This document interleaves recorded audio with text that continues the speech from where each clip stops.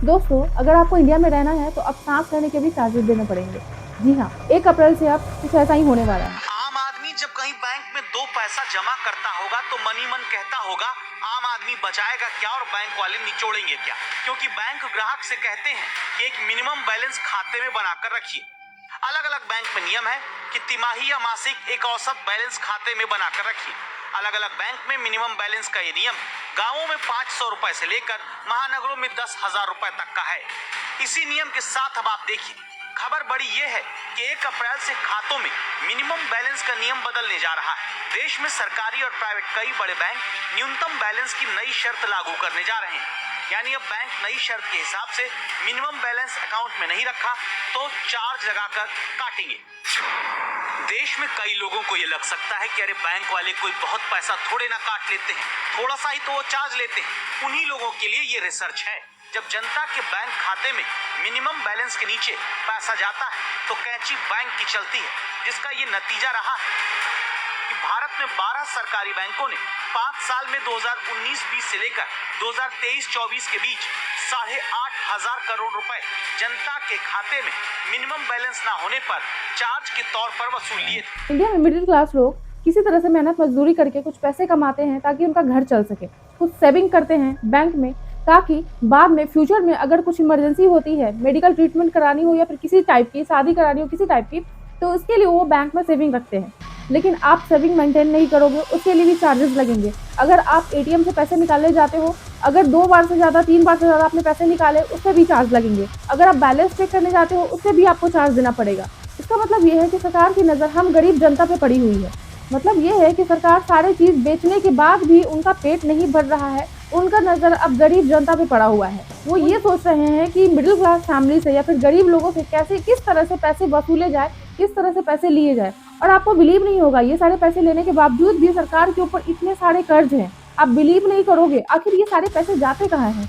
सरकार जो है सो इतने सारे टैक्स लेकर के, चार्जेस लेकर के इन पैसों को क्या करती है? आप ये वीडियो देखो, ये कभी बात करते थे कि रुपए की वैल्यू जो है सो गिर रही है। रुपया नहीं गिरता है, बांग्लादेश की करेंसी नहीं गिरती है, पाकिस्तान की करेंसी नहीं गिरती, श्रीलंका की करेंसी नहीं गिरती। क्या कारण है हिंदुस्तान का रुपया पतला होता जा रहा है? ये जवाब देना पड़ेगा आपको, ये हिसाब से जवाब मांग। आज के डेट में जब ये बात कर रहे थे उस टाइम तो फिर भी $1 बराबर 62 रुपये था, लेकिन आज के डेट में $1 जो है सो वो 85-86 रुपये के बराबर हो गया, कभी कभी 90 पार चला जाता है। तो आप इमेजिन कीजिए कि हमारा देश किस तरफ जा रहा है। इतना टैक्स, इतना चार्ज लेने के बावजूद भी हमारा देश जो है तो पूरी दुनिया में 7वें नंबर पे है कर्ज लेने वाले देश के लिस्ट में। जहां 2014 में जब ये सरकार नहीं थी तो सिलेंडर की कीमत सिर्फ 410 रुपये हुआ करती थी, वो आज की डेट में 1200-1300 रुपये हो गई है। आप इमेजिन कीजिए कि हमारा जो महंगाई है, हमारे जो पैसे हैं किस तरह से जा रहे हैं। इन्हीं के कालखंड में महंगाई कहां से कहां पहुंची। एक तरफ जीडीपी का गिरना, दूसरी तरफ इन्फ्लेशन का बढ़ना। महंगाई बढ़े और वो भी इस हालात से बढ़े, और उसमें भी दिल्ली की सरकार हर बार नई तारीख देती रहे। मतलब ये है कि इंडिया में जो मिडिल क्लास फैमिली है, फिर गरीब फैमिली है, उनके पास किसी तरह से पैसे आते हैं। वो भी पैसे अगर सरकार ले लेगी, बैंक ले लेगी, तो फिर उनके पास क्या बचेगा? एक दिन ऐसा आएगा कि वो भीख मांगने लग जाएंगे और सारे पैसे जो है वो सरकार को देने पड़ेंगे। पहले के टाइम में अंग्रेज हमारे देश को लूटते थे, हमारी जनता को लूटते थे और बंदी बनाते थे, और आज के डेट में सरकार ही जनता को लूटती है, जनता को भीख मांगने तक के लिए मजबूर कर रही है। बेरोजगारी चरम सीमा पे, महंगाई चरम सीमा पे, उसके बावजूद भी सरकार आम जनता को निचोड़ रही है, भीख मांगने को मजबूर कर रही है। जो अमीर है उसको और अमीर बना रही है, और जो गरीब है उसको तो सोचिए उसका हाल क्या कर रही है। इंडिया के स्टूडेंट किसी तरह से जो है सो पैसे इकट्ठा करते हैं ताकि वो पढ़ाई लिखाई कर सके। उनके पास पैसे नहीं होते हैं, फिर वो पढ़ा के कहीं से अपनी पढ़ाई लिखाई करते हैं। अगर वो एटीएम में जाएंगे पैसे निकालने तो उनसे चार्ज लिया जाएगा। सोचिए उन पे क्या इफेक्ट पड़ेगा। अगर वो बैलेंस चेक करने जाएंगे उनसे भी चार्ज लिया जाएगा। अगर कोई गरीब आदमी है, वो भी अगर कोई इमरजेंसी होगा और एटीएम से पैसे निकालने जाएगा तो उस पर चार्ज लिया जाएगा। आखिर इतने चार्जेस की जरूरत क्यों पड़ रही है बैंक को?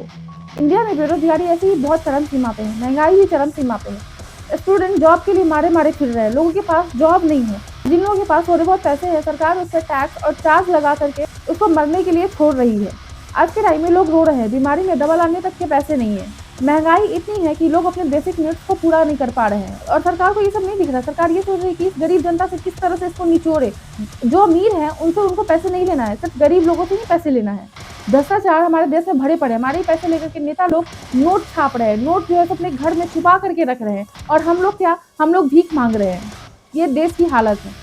सरकार इतने सारे पैसे लेकर के क्या कर रही है? इतने सारे पैसे कर्ज में लेने के बावजूद भी सरकार के ऊपर 185 ट्रिलियन रुपीज जो है सो कर्ज में डूबी हुई है। सरकार जो है सो आम जनता की खून चूस रही है, फिर भी लोगों को ये समझ में नहीं आ रहा है। लोगों को लग रहा है हमारा देश तो हिंदू राष्ट्र बनने वाला है, हमारा देश तो ब्रांड बनने वाला है, लेकिन इसके बावजूद भी आपको पता है इस साल जो डेवलपमेंट कंट्री का लिस्ट आया है उसमें भारत का कहीं से भी नामो निशान नहीं है। कभी बैंक पर लोग विश्वास करते थे, लेकिन ये विश्वास अब धीरे धीरे लोगों का उठ गया है बैंक पर से। सरकार डिजिटल पेमेंट इसलिए लाई ताकि लोगों का एडिक्शन हो जाए, लोगों को लत लग जाए ऑनलाइन पेमेंट करने के बाद। उसके बाद उस ऑनलाइन पेमेंट के नाम पे किस तरह से जो है सो चार्ज लिया जाए, किस तरह से लोगों से पैसा वसूला जाए। सरकार का मेन पर्पस यही था डिजिटल पेमेंट लाने का। आज की डेट में यही फील हो रहा है।